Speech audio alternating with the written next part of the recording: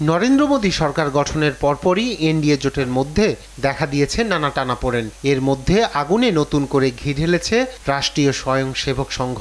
সরকারকে স্থিতিশীল করতে মোদীকে সবার সঙ্গেই চলতে হবে, ঐক্যমতের উপর জোর দিতে হবে, এমন মন্তব্যে নরেন্দ্র মোদীর কর্তৃত্ববাদী আচরণের প্রতি ইঙ্গিত করেন আরএসএস এর শীর্ষ নেতা। दो पक्ष है, विरोधी पक्ष कहते हैं, मैं प्रतिपक्ष कहता हूं।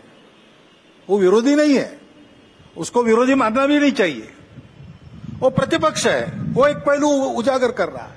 जिनके अंदर राम की अनास्था थी, अश्रद्धा थी, और उनको सबको मिलकर 234 पर रोक दिया। कहा तुम्हारी अनास्था का यही दंड तुम्हें है कि तुम सफल नहीं हो सकते।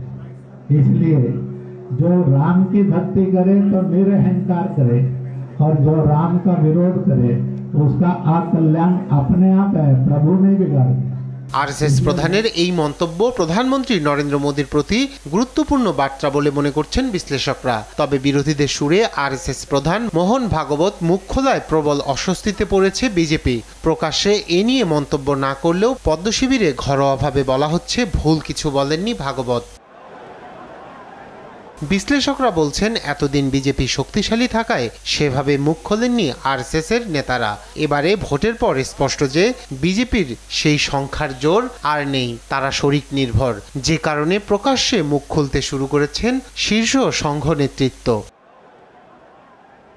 নরেন্দ্র মোদীর কর্তৃত্ববাদী আচরণ তাদের পছন্দ নয়। যেভাবে সংঘের আদর্শ বিরোধীদের তিনি দলে টেনেছেন, নির্বাচনে প্রার্থী করেছেন, তা তাদের অনুমোদন পায়নি। আর এসব কারণকেই কেন্দ্র করে মোদীর বিজেপির সঙ্গে সংঘের দূরত্ব বেড়েছে বলে মনে করছেন বিশ্লেষকরা। 10 বছর সরকার পরিচালনায় প্রধানমন্ত্রী নরেন্দ্র মোদীর ইচ্ছাই ছিল শেষ কথা, প্রাধান্য পায়নি সংঘের ইচ্ছা অনিচ্ছা। নিরঙ্কুশ সংখ্যাগরিষ্ঠতা হারানো মোদীর বিজেপিতে এবার সংঘের প্রভাব বাড়বে কিনা সেটাই এই মুহূর্তে আলোচনার কেন্দ্রবিন্দু। রায়হান কবির শুভ্র, নিউজ ডেস্ক, দেশ টিভি।